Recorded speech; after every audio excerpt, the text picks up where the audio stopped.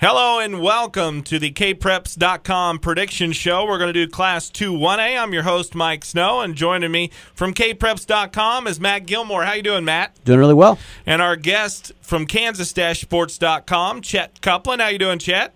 Doing pretty good. And also joining us, the editor of Kansas Pregame Magazine, John Betts. How you doing tonight, John? Outstanding. Well, let's pick some Class 2 1A playoff football. Let's start in the regional round on the east side, and we'll bring in Chet Copeland from Kansas-Sports.com. Centralia takes on Oskaloosa. Chet? I don't think this is going to be any type of matchup whatsoever here. Centralia is a team that I probably have of my favorite right now in Class 2A. They've had 5 shutouts this year, really blown away everybody that they've played, and Centralia will roll in this matchup. Well, Bunsey, Matt, host Olpe. Yeah, this is a good game where Olpe is a team that is traditionally a playoff team under Chris Schmidt. They go out and they challenge themselves in the regular season. Well, Bunsey, though, gets challenged in the Mid-East League and against the likes of Silver Lake and Riley County and St. Mary's and Rossville. Well, Bunsey typically comes in with a below 500 record, but makes it to the playoffs each year. But I like Olpe in this one. I think Coach Schmidt and the Eagles move on to the second round. Matt, we'll stay with you. McLouth hosts Troy. Well, I like McLouth in this one. I think this is a team with Nick McCafferty, who's an outstanding athlete. He got them to the second round last season, finished with 9 wins, and I think the Bulldogs move on. Chet, Linden hosts Northern Heights. Linden really has blown everybody away this season besides Olpe. They're a team that's really at the top of the state. They have 326 rushing yards per game, 166 yards passing per game. And really they've, rode their quarterback and running back. Their quarterback Walsh didn't play last week, but also the running back Josh Owens this year. He's rushed for nearly 1,500 yards, 21 touchdowns, and this will be a matchup that will be a repeat of last week where they won 36-0. So it won't really be challenging for Linden in this one. Let's move over to the west side of the 2-1A bracket and bring in John Betts, the editor of the Kansas Pregame Magazine. La Crosse hosts Plainville. John? This is an interesting matchup because La Crosse coach John Webster and Plainville coach Joe Simon are really good friends, and it kind of adds to what has developed into a little bit of a playoff rivalry here recently.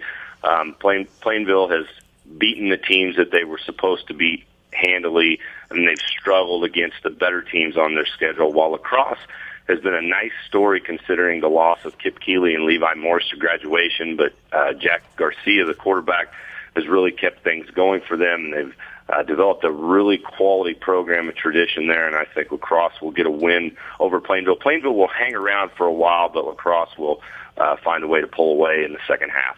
John, in the next matchup, Oakley hosts the Blur offense of Elkhart. Who do you pick?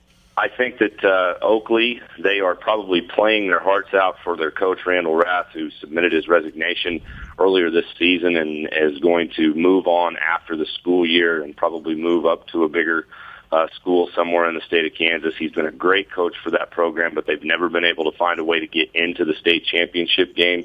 Elkhart behind Alex Gomez is doing a nice job offensively, but Oakley is big and physical, and they just play really hard, and I think that this will be a good game again for probably a half, and I think Oakley finds a way to pull away late. Smith Center or Sterling? Last year, Smith Center kind of got exposed by Sterling when they in the second half, Sterling's Riley Gallion just ran all over the Smith Center defense, something that you don't hear of happening very much.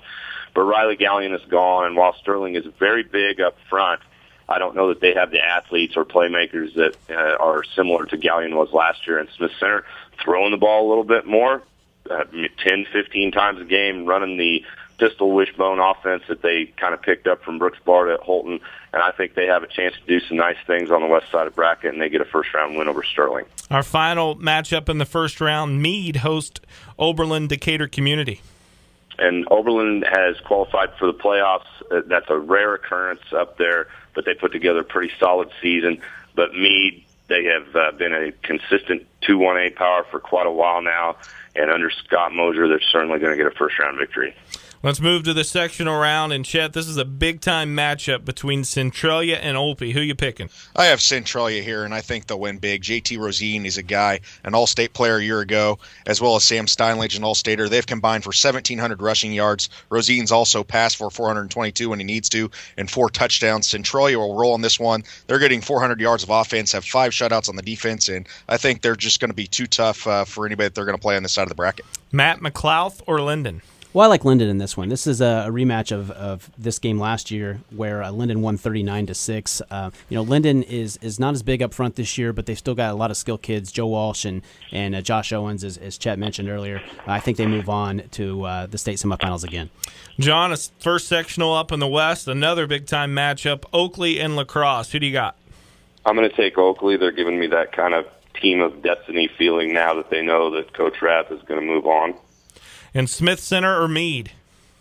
I think this is going to be a really good game, but I think Meade may be just a little bit too athletic in the backfield and play a little bit too hard-nosed on defense. I think it's going to be a great game, but I think Meade's going to come out.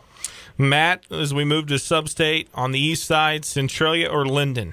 Well, I like Centralia. I think Centralia is the most talented team. I think they have been all year. Again, a rematch of last year's sub-state game that Centralia won 34-14. I think the difference between those two teams is Centralia has everyone back, and Linden lost all 5 guys on the offensive line last year, and so they were bigger up front last year. They still have the skill kids, but I think Centralia is just better. They've been better tested, and I like for the Panthers to move back to Hayes. Chad, earlier you said Centralia was your favorite. Do you agree? Yes, I believe so. I mean, they came in the year with 20 starters returning, several all-state guys. I think they're just going to be too much, and I have them going back to the state title game.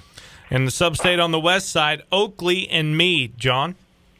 Well, I've been thinking about this one while we've been talking, and I think I'm going to give it to Oakley based on their size and experience. I think that they're too big across their defensive front with a lot of guys that go 6 foot plus and 220 pounds plus, including Ryan Kuhn, the big junior nose guard that's 6'2", 250, and was a fantastic player last year as a sophomore. Yeah, I agree, John. I think I'm glad you mentioned Ryan Kuhn, just a junior and just as an outstanding player. The key to disrupting Meade's offense is to get penetration, and he's certainly a guy who can do that. I think that he gets in there and really can disrupt some things. But Jet Little is an outstanding player. Morgan Olvera is a great running back for Meade. They've had a really nice season. Oakley, if they can score points, is really the key for me, as they've struggled to do so against good teams at times. But I agree. I think Oakley moves on to the state championship game. Well, let's pick the state championship game. Chet, Centralia or Oakley?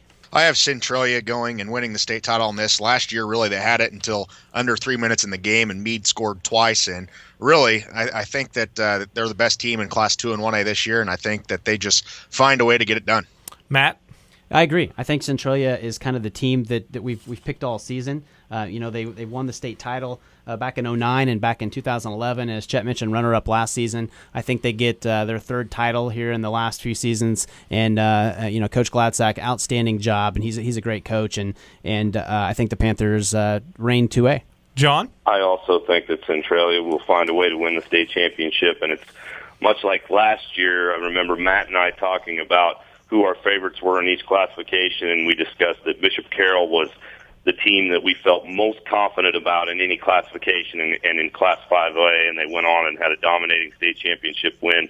That's the way that we talk about Centralia coming into this season, and I think they're the best team in Class 2 1A, and they'll go wire to wire, ranked number 1 in the Kpreps poll. So it's unanimous. We all pick Centralia. Thanks for downloading this Kpreps.com playoff prediction show.